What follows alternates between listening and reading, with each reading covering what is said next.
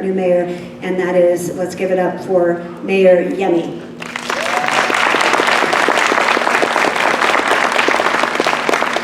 Good evening. Here we are on a Friday evening, and you guys are here. That means a lot to me because I know it's been a long week, and there are a gazillion things we could be doing right now, but you're here. And you're here because of a couple of reasons. One is you love this city like I do. You care about your neighborhood, and you want to be a part of the decision-making process. They say democracy is a participatory sport, not a spectator sport. So thank you for participating in the future of your city. Perhaps the second reason why you're here is that you want to help provide helpful feedback, helpful information that for us will take, and as mayor, we will use those feedback, those helpful feedback as we make decisions for the future of our city. So whichever reason you're here, I'm so glad that you're here. It's been a long day and a good day with these leaders. They are fantastic. You need to know you're in good hands with your elected officials. We did spend the whole day together because you matter and it's that important. And here we are tonight to spend some time with you. So after I hear from you, I would love for them to also say a few words as well at the end. But this is part of the listening tour. One of my campaign promises, and as mayor, I'm delivering on that promise. We have 7 of those. One of them is a virtual listening session. That's September 9th. So if you have friends that can't attend any of the ones physically, you can invite them to attend the virtual one as well. And again, these settings are very special. One last word I want to mention, I just love this setting. This place holds a special place to me. It's a city hub, but this is also where I attend church on Sundays. And also this is where my watch party for both the April 4th election and May 16th election happened from here. And thank you, yeah. And this place was full of everyone as we all got to witness a moment together in the future history of our city. So let's not just have that be one moment, let's capitalize that energy like tonight to ensure that we create the future type of city that our families deserve. So looking forward to hearing from you on the Cafe Spotlight. And Courtney? Yes. So I spoke a little bit about what the Cafe Spotlight time is going to consist of. It's harvesting your ideas. The mayor wants to hear from you, and our council wants to hear from you as well. So there are 14 tables. So everyone will have 2.5 minutes apiece. I'll be keeping time, and I'll, cozy up to you when you're getting close to time, and then, slyly try to take that mic away. So 2.5 minutes, and I'm just going to go down to the first table and just kind of go around the room. All right? We'll start with table 4. Who will be presenting from table 4?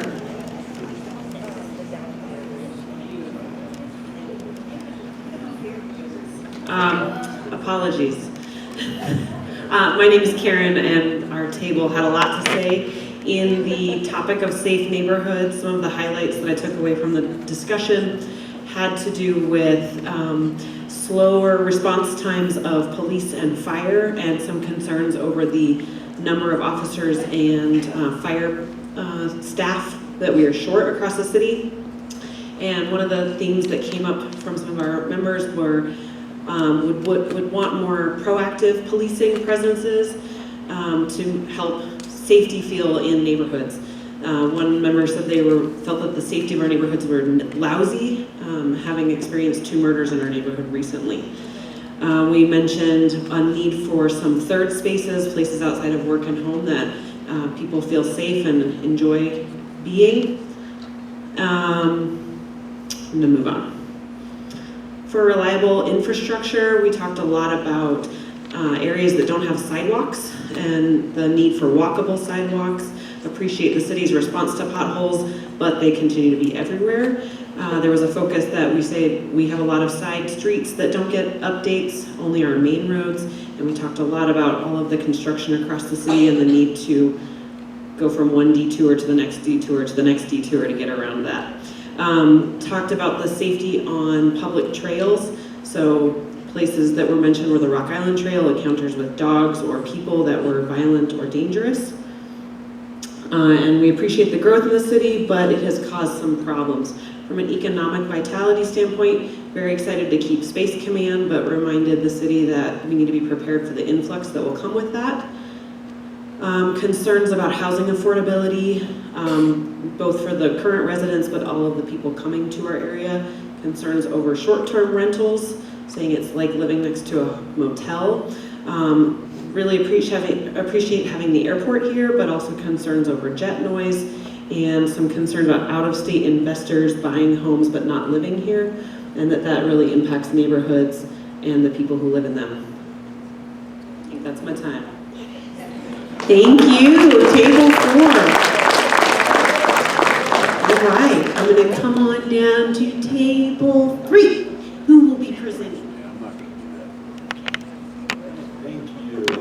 Thank you, guys. Thank you, Mr. Mayor. Okay, so public safety, money, more money. And then Gary brought up the interesting idea of recruiting cadets from another academy versus building or having our own academy, and finding academy was really doing at the top level, best practices. And that was really came down to more money and where are we actually getting cadets from versus creating new officers. For reliable infrastructure, water issues, spent a lot of time talking about annexing or potentially the need for lack thereof, having individual other cities versus annexing in surrounding new developments and areas. Talked about really, one of the things that came up is we all learned a lot. Actually, I have to give credit to Gary about, and so we talked about the need for more education and making it easy if you want a good education on what's going on, not having to invest tons of time, really just getting the truth and the bullet points. But the fact of the developers and essentially the fact that the money goes to the developers in new developments, so it can be hard to encourage new developments. They're already paying more, so to raise taxes in the city, they're not on board because they're already paying more money to the developers. And then we got to the point of campaign money from developers and the idea of potentially limiting that or potentially having publicly financed elections. For economic vitality, the key points were sustainability. I brought up the fact of the value of Airbnbs for people specifically that are actually living in the home, especially it's been great. Allowed us in December to buy a home that with a mortgage is over $3,000 a month, and it really helped make a dent in that. So given historically high prices and rates, that really helps ecotourism. The fact we live in a beautiful place, playing up as far as economic vitality, ecotourism, because when people come here, that's one of the things. Just living here in a year, visitors come and say, oh my God, I had no idea Colorado Springs is so beautiful. So I think there's something there. And then other city services, bullet point we got is more green. So I'll stop there.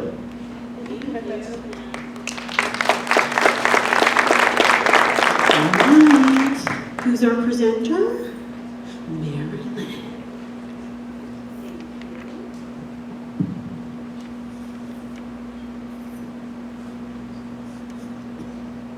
We looked at what the city is doing well, and first of all, I'm a newcomer to the city, very, very newcomer, I have to say. So this has been a great learning experience. Public safety. We were particularly impressed with the efforts to improve accessibility for handicapped and other individuals, walking the sidewalks and repairs to drainage on the roads, etc.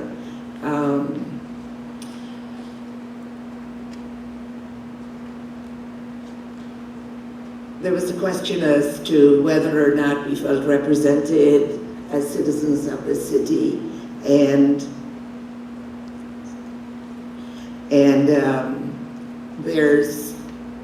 there are many people who I dare say would say that they're not. They don't seem to be represented. However, on topic 2, reliable infrastructure, what is the city doing well? Well, I talked about the roads earlier, streets more accessible. There is urgent need for childcare. As you see, I've got one here because of that. Buses free for summer was a great idea, but what else can we do in addition to that? Also making more buses electric. Traffic flow is an issue in our city. I live off of Boulder, and some days it's like a highway. And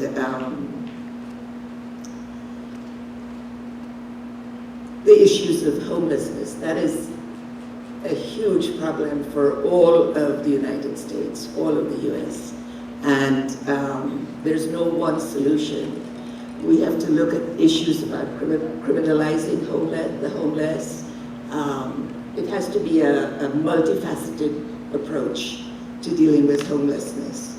Environmental incentives and requirements for housing. I think I heard on the news just yesterday, I think it was, where a facility for young people was not approved. Young homeless people have been disapproved. It was approved. Oh, okay, I'm sorry, I misheard. Yeah, okay. Thank you. We will capture your thoughts, though. We're going to roll all of the information up, and it'll come with me. And so I will incorporate it in the feedback that you get. Okay? All right. Thank you. So, on to table 1. Who will be presenting? Hi, thanks.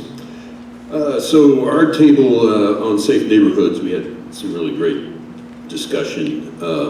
One of the good things that was brought up was the focus on addiction with respect to homelessness. We definitely want to keep that going, see if we can partner with other, somehow boost that and keep doing that, because that's very constructive that the city's doing. With respect to this police shortage, I was really struck by our table's, real concern for trying to figure out what can be done for the police to make them feel more appreciated. I mean, we didn't have a lot of answers there, but we had a lot of concern and questions about that. And so that was something. There was a suggestion about recruiting from the military, seeing if we could partner with the military to make a pipeline of some sort into the police force. So that was one thing. On the needs work, there was an incident that was had to do with a spate of cars being broken into, and actually a car stolen on the street, and a really unsatisfactory response from the police on that. Kind of understandable given the resource constraints that they're apparently dealing with, but need a little bit more than feeling like, well, it's me and my insurance company dealing with this. Hi. Okay, I'm going to skip down some of the other good things. There was a suggestion with respect to economic vitality to get rid of red tape and to really approach some of our regulations from the standpoint of, do we really need this? And asking what would happen if it wasn't there? Is it really that bad? So that was my element. I got about half of this done, so. Okay. All right, thank you very much. Table 5. Okay. Thank you. So we have three things that really were overarching for our themes at our table. One is that it's very expensive to live here. One is that we want innovative thinking and planning. And the other is we would like to see preventative measures instead of reactionary responses. So, for example, police officers can't afford to live here. We want to build jobs that pay well and have housing for safety workers. Want to train them for success and give upstream support for mental health in our communities so that we raise healthy children and healthy families so that we have healthy people living here as they age. Safe transportation so we have less car crashes, not car accidents.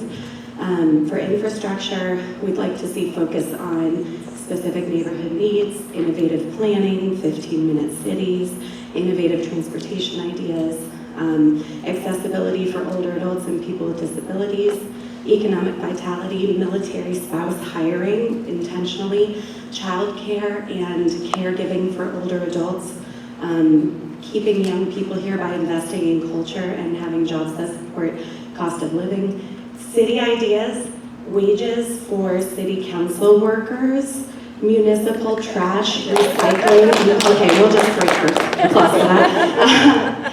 Municipal trash, recycle, and composting, a municipal zero waste fill center where people can go fill up their laundry and their shampoo and their conditioner. And all right, I think I made it. All right. All right. Thank you. Okay, who's presenting from table 6? All right, from this group, beginning with police, I was actually scared to find out that we are so desperately understaffed and that it is so difficult to attract new police officers, that applications are continuing to decrease. And some of the issues around that would be that the morale would be generally seen as pretty low. We need improved training. One of the things with morale is somebody new coming in, they're going to see very, very few police officers for the amount of area covered in Colorado Springs. So comparable major cities with the same kind of area we have not only the lowest pay of those, but much less coverage. And so when someone new is stepping into that, they're thinking, oh good, I'm going to start a job and have twice the work. And it's very difficult. And so there's, around that, improving morale, improving training, specifically grappling training was mentioned that it's almost non-existent, which surprised me because I want my police officer that I call to have that training. There were some ideas of giving some cost responsibilities to developers of new parts of town. So somewhere in that process of developing, having that cost passed down. And then to show prospective officers somehow in the community that we have their back. And I don't know how necessarily we were talking about doing that as a community, but there's got to be a way to do that. Building ancillary support teams. Building on what we already have, the crisis response support that came out of LETAC. Regarding fire, there's a lot of developing happening with there being kind of a gap in fire mitigation planning with new developed parts of town. Reliable infrastructure. We need to focus on infill to update. And then, real quick, economic vitality. I would not be able to afford my first home with my family without having a short-term rental in my basement. I would not have been able to afford it. And our neighbors love us and our Airbnb. We work well with them. It's not a problem for them. Housing, I have to say this about economic vitality. We were talking about how difficult it is for grassroots or brick and mortar businesses to figure out how to even start. And then also there needs to be a focus on incentivizing industry, specifically targeted industries, like they have done, like in Richmond, Virginia, to come to Colorado Springs, bringing in those jobs. And I'm out of time. Who will be presenting? we'd like to thank the mayor and the council member for taking your Friday evening to spend time with us. Thank you. Mayor, category number 1, public safety. In all of our comments, I'm afraid you'll hear more problems than solutions. Public safety, how to enforce existing laws regarding panhandling, sleeping in a public park, graffiti. We had a couple guest stars from District 4, and they feel they hear gunshots at night. They're concerned about police response time in their area. Let's see. Still in public safety, can we multiply our force by increasing the number of cameras at intersections? And thank you to the police force for the job they are doing cleaning up homeless camps. That's a difficult, dangerous work. We know we're 90 officers short. We'd like to, the public knows that we're short. We don't know why. Why is it that we can't retain them or attract them? So maybe a little more public education on that. We would like existing laws enforced. Of course, we'd like to increase the number of officers. What are the causes for lack of officer retention? Okay, I covered that one. Your second topic, Mr. Mayor, reliable infrastructure. We are pleased in District 5 to see curbs and sidewalks going in, curbs and gutters. We were in disagreement at the table about whether bike lanes are a good thing or a bad thing, but it was a civil disagreement. Let me see. District 4 again, also feeling Nob Hill, feels like a bit of a no man's land. They feel like they're not heard, or that their response times are long. Let's see. We had also debated at the table about how many residents actually ride the buses and whether that's a social good or whether it's a good economic investment. Parks and training and open spaces are great in Colorado Springs. Let's see. Economic vitality, Mr. Mayor.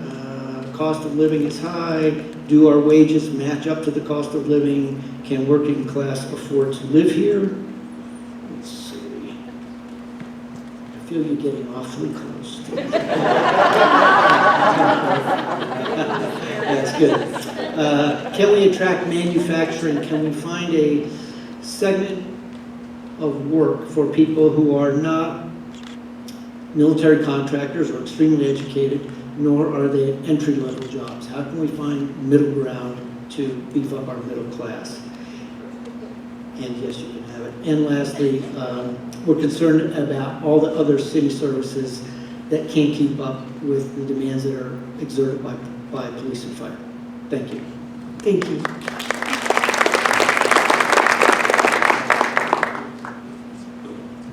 Hi, my name is Muji. So our table, we discussed things like the low response time, like a lot of the other tables have, and also filling new police jobs with a new police academy. But we'd also like to stress that the police academy that might be coming also be educated on implicit bias, so we're not just flooding the street with angry guys. You know what I mean?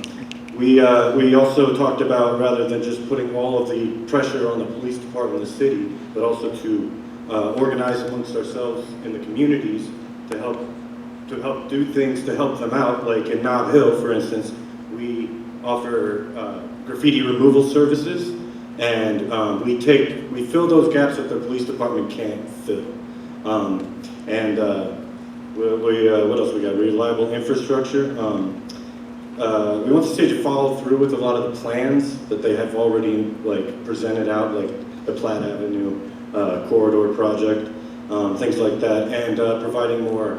We like bike lanes over here, but providing more nature spaces, more natural areas, trees and grass, especially in the center area of District 5. We would like also back to infrastructure, neighborhood associations and working with like Kono.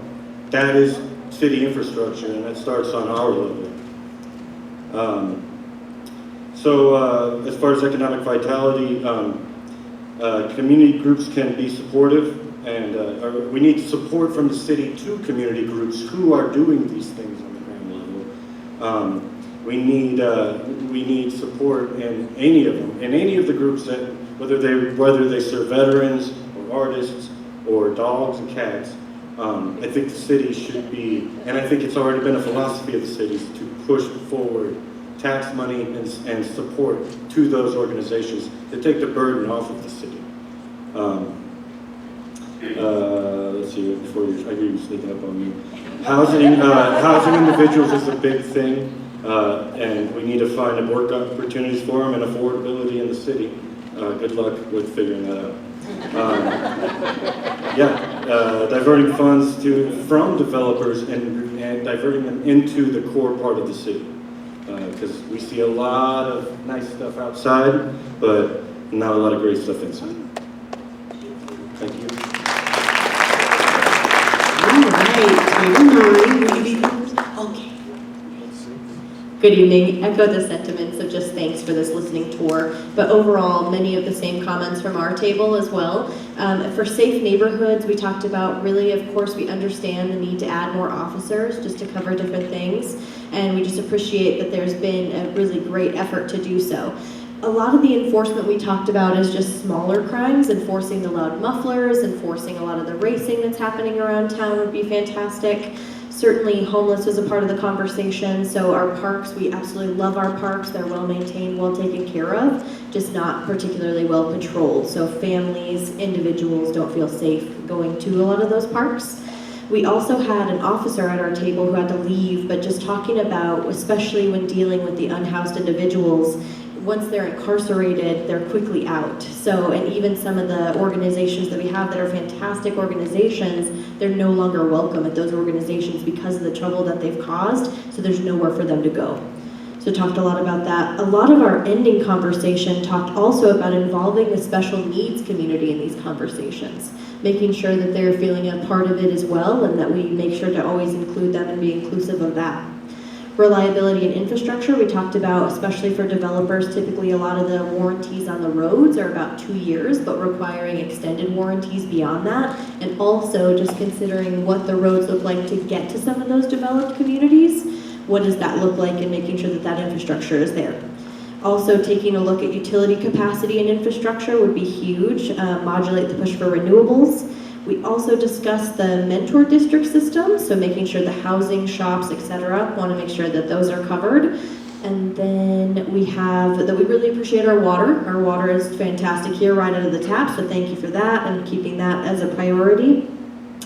Economic vitality, truly just housing. A lot of that was talking about housing, not only on the purchasing homes, but building homes. A lot of the fees that are included when doing that to hook up utilities, just some of the requirements that are there. We also talked about density, the adding of density versus building out, but we know that there's a lot of laws and things that are restricting that. So really pushing back against that and those different requirements to do so. Thank you.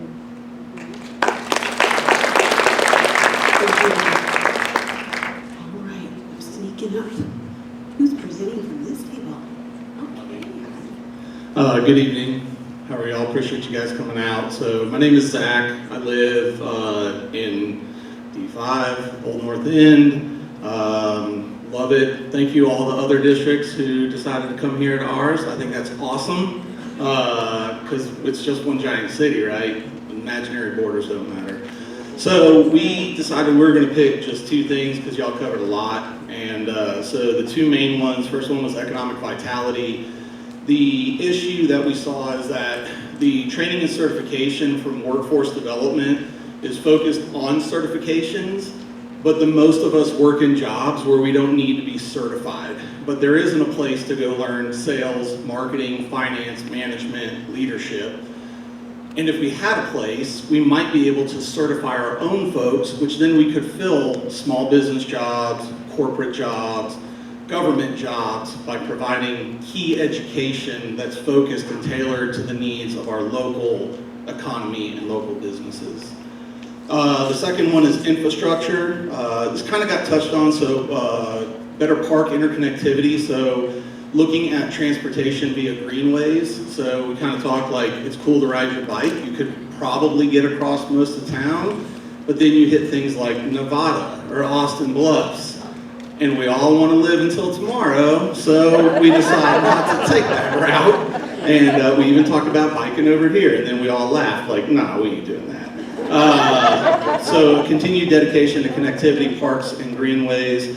And then the last piece, which is a key aspect of transportation, it may not be known, but if you live in the southeast, it takes you roughly 3 to 3.5 hours to get to Garden of the Gods, to the Pikes Peak Workforce Center. That's one way. So it takes you 7 hours to go both ways, and they're only open for 8. So it becomes an issue. So what we talked about was having more dedicated and intentional routes that service our local economies to the services that they need, as well as considering the same for major employers, is to have dedicated bus routes, or even have micro buses that could go kind of almost to like a park and ride that could then take the big bus to get where they need to go. And that's it. More Cops Too sounds cool, and appreciate y'all. Happy Friday.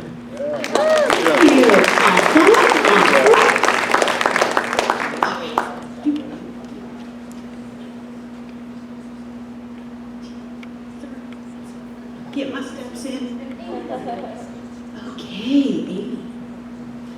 Hi y'all, my name is Amy and I live in District 5 in the little part that is actually closer to District 3 and 4, but I'm very excited to be here and thanks for having this. One of our big conversations that really overarched all 3 topics was how do we find innovative ways to create efficiencies with the city and the county and the other municipalities that make up El Paso County? Like, how do we talk to each other, work together so we all don't have the same divisions and staff and resources being spread very thin in many different directions? And so that tied into safe neighborhoods. A big part we talked about in safe neighborhoods is getting our city council salaries so that there is a more diverse representation of younger people as well as people of color on our city of council. And if there's a way to build this into the city budget without it going to a vote of all of our lovely community members, that might make it more reliable to happen. So we really appreciated the transportation plan with Connect COS and all of the work and listening sessions that have happened with that, and would like to see transportation increased. Love the idea that you shared there, Zachary. And when I talk about the efficiencies between city council and other municipalities, Metro Nashville was brought up as an example where they use Davidson County, Metro Nashville, so the whole county operates as a city service, and maybe we could be the Pikes Peak region. In terms of economic vitality, someone brought up the idea that we need to make plans for a future of Colorado Springs that's not solely dependent upon the military, because it's not a safe assumption that the military is going to be able to carry Colorado Springs into the future. We really need to think about civilian infrastructure and how civilians not related to military. The example was given in 1991. The economy of Colorado Springs tanked when everyone got sent off to Desert Storm. Similarly, we talked about trades training, that we think it's so important to train people into trades. We're building all these houses, then we have no one to fix them. I think there's one elevator repairman in all of Colorado Springs, which can be really trying. But then other ideas we have is plant more trees, so that there's not heat islands, have walking tours of historical areas, engage with different communities and arts to really build a better sense of community. Thank you very much. Table 10, you're presenting? Okay. And I elected mayor and council members. To everything that has been said so far, yes.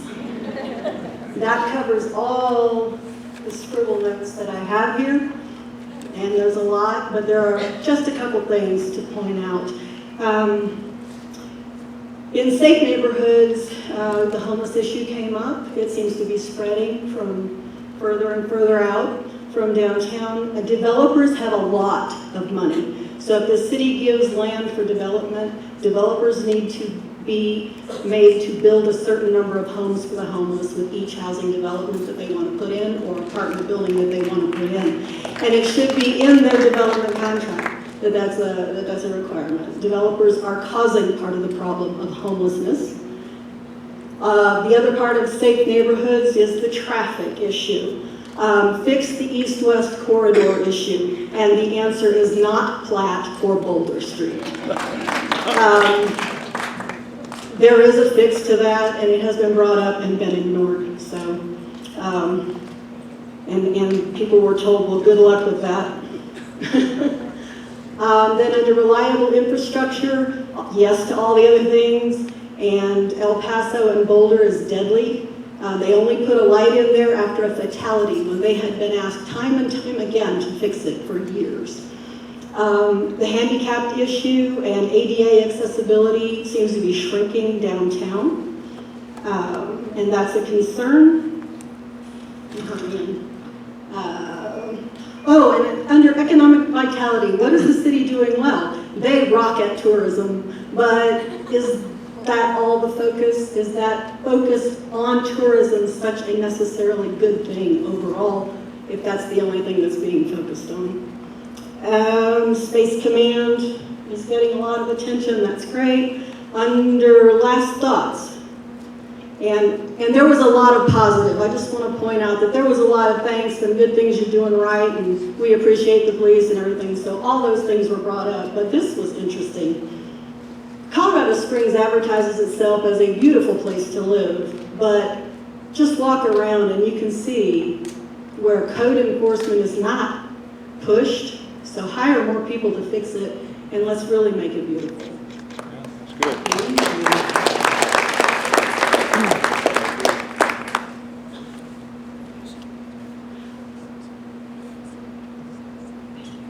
Thank you. My name is Bob. I think just kind of reiterate what everybody else said here.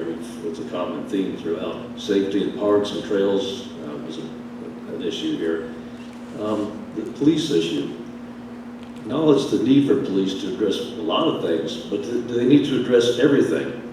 Aren't there some ways we can have other folks go out and maybe have a force multiplier, if you will, for some of the mental health issues, the drug issues, and then the police could go do things they really need to do? I think that might be one avenue to preserve some of our capital and not have to invest in all that and still address everything. Maybe social workers, people like that. We looked at noise from street racing. They seem to be running around the neighborhoods a lot and creating havoc. Of course, the housing costs. One gentleman asked if we have a program that helps people with home ownership and not just like a temporary situation or a rental type thing. Something to get them in there where they can actually own things. Sense of ownership is big. Rentals or temporary housing, people don't really care about. It's like a rental car at that point. Another thing was maybe consider competitive bids for trash pickup. The road I live on, we have 12 trash trucks that come every week. And you just about need a four-wheel drive to get my neighborhood at this point. So that'd be something that would be very helpful. And maybe would save everybody some money instead of having 12 different trucks coming in there. Roads are just in really bad shape, and it'd be nice to get it patched up permanently, not just fix a pothole, but actually repave some of these things. We also would like to have better communication of what city services are available and what are out there. I think that might be a useful thing as well. You're not approaching me, you must have done well. Oh, wow, thank you very much. And last but not least.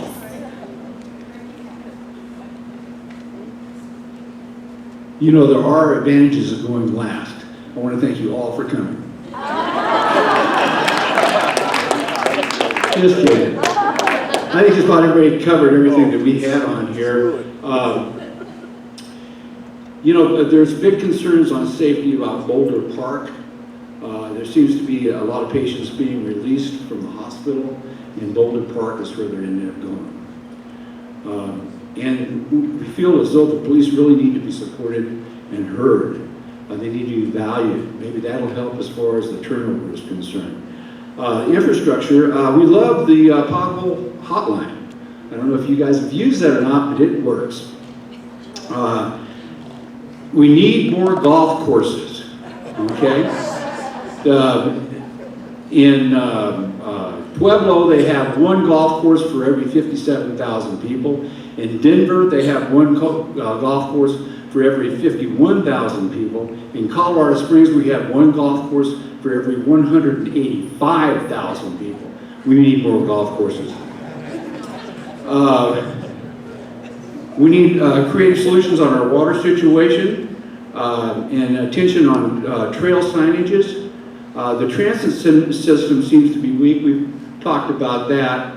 And the Manitou Incline needs their access restored. Of course, the city of Colorado Springs can't do very much about that, unfortunately. Economic vitality, the Space Command is great. We'll be at 1 million people here pretty soon. The amount of economic increase in Colorado Springs is going to be just unreal. This listening tour is a great way for you guys to hear about us and what we need. We did have some concerns as far as the date and the time. Businesses need help if they're accessing regulations on the website. Lower property taxes. Simplified permit process. Affordable housing is needed. Business designations for age-friendly employees. And better access options for city services. Not everybody can use the internet, especially our older citizens. That's about it, except for one thing that's very important. Go Broncos. Thank you. That concludes our presentations. And I want to thank you all for participating and really embracing the process. So I'm trying to walk and talk because I want to give it to Mayor Yemi to provide his takeaway. And so you all have an opportunity to connect with your fellow neighbors at various tables and talk to the council and maybe have a moment with the mayor. Thank you, thank you, thank you. Yes, to more golf courses. I've also heard we need more pickleball courses. I've been told that pickleball is the new golf, apparently, so sorry, sir. Yeah, I'm actually speaking tomorrow morning at 7:45, giving some opening remarks to a pickleball tournament that's happening in our city. So, golf and pickleball. Thank you. Thank you for the opportunity, the gift of getting your feedback. You should know that District 5 is my district. City Council Member Hinjum is my City Council member. So as I heard some of your needs, I hear you, because some of these pain points are, I also feel them, especially when you live in a historic and an older neighborhood. So when we talk about the needed infrastructure, I see you and I hear you. There are three things that here's kind of what I've heard. What I've heard is that you want a safer city and safer neighborhoods. I heard what rises to the top is, yes, we need to add more officers, and also we need to invest in community-based programs that help also prevent crime. Yes, and then the third one is it's important that we address homelessness. That's especially around Boulder Park. Number two, what I also heard is that you want a city with reliable infrastructure, more transportation options, address some of our aging infrastructure, curbs and sidewalk, as I've alluded to. And then the third part of that is also improving connectivity. And finally, you want a city that is affordable. Diverse housing. Heard a lot about housing. I heard a lot about workforce. Zach, thank you. And wages and upskilling, because that's how we also address affordability as well, is for people to be able to make more money. Friends, these things are important not just to you, they're important to me. know that this feedback feeds into our long-range strategic planning process that kicked off last month. Money, budget follows vision, and you are providing that vision for us, that as leaders, we will be wrestling with these needs and ensuring that we're invested in them. But understand that we have to do the hard work. We have a limited budget and a lot of needs. But these type of processes, this type of settings really helps rise to the top of the needs list. So this is really important. So I can't thank you enough for today. To all the spokespersons, thank you. Whether you volunteered or you're volunteered, thank you for doing that. Courtney, thank you, and the rest of my team members in the House, a number of city staffers who are here tonight because they believe this setting is really important. Yeah, let's show them appreciation. Thank you. Yes, and thank you for mentioning the hotline for the potholes. And Go COS is if you're comfortable with technology, it's an incredible app. Yeah, thank you. I can't promise that everything is going to be fixed, but I'll tell you, my wife uses it all the time, and we do respond. We do respond to your needs. So at this moment, if it's okay, I want just Council Member Breesley to give a few words, as well as Line Weber, talk about mental health. Well, thank you, Mr. Mayor, and thanks for the opportunity to be here this evening.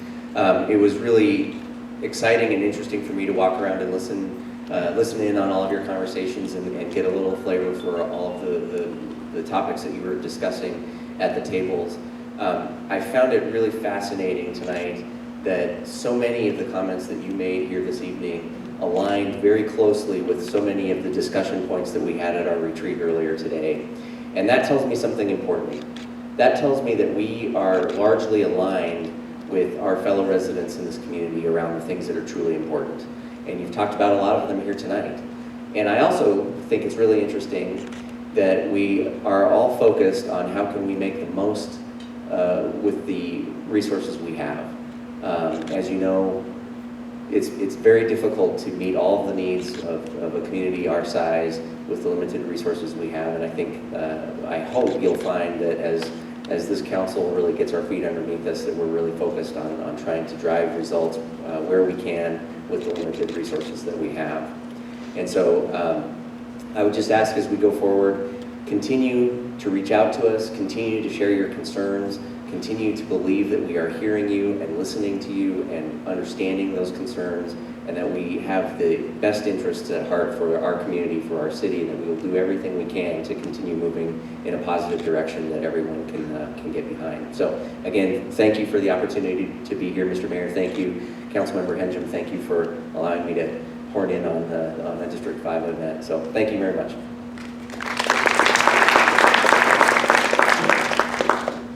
Yeah, it was great to kind of go around to a couple tables and kind of sit in and kind of listen to you and kind of hear, like Brian was saying, a lot of themes that we've been talking about and trying to work out.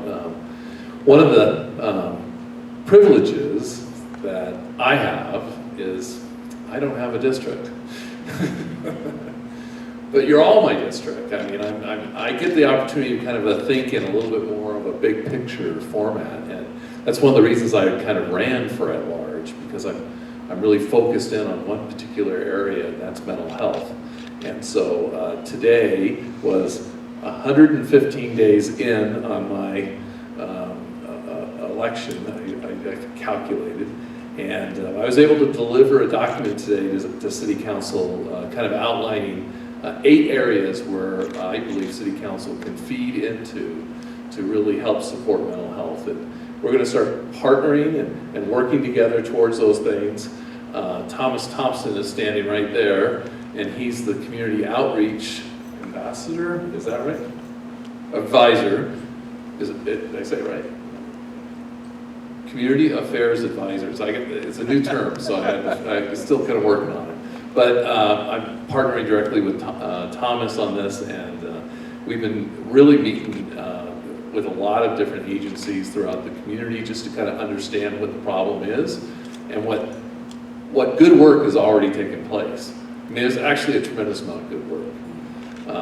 But the reality is we're still #1 in suicide in the state. And that doesn't speak well for us. So we need to identify and really work hard at this solution, find out what the concerns are. And I heard one comment over here that I just like, yes, we've got to think about it upstream. We've got to identify the problems in K-12 and our kids and get ahead of the problem before it ends up being a police problem, right? So anyway, that's kind of a little report out of what I'm working on. I'd love to hear more from you about it, and certainly I'm involved in all the aspects of government lately, so that's where we're at.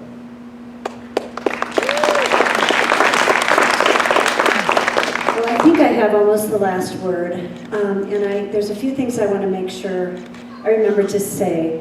First of all, you all are really smart, thoughtful people.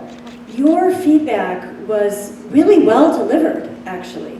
And I agree with Brian, it really aligned with the conversations we had. In fact, I wish some of you had been around the table today, because you had some additional feedback and input that would have been helpful around our table today. So thank you for that.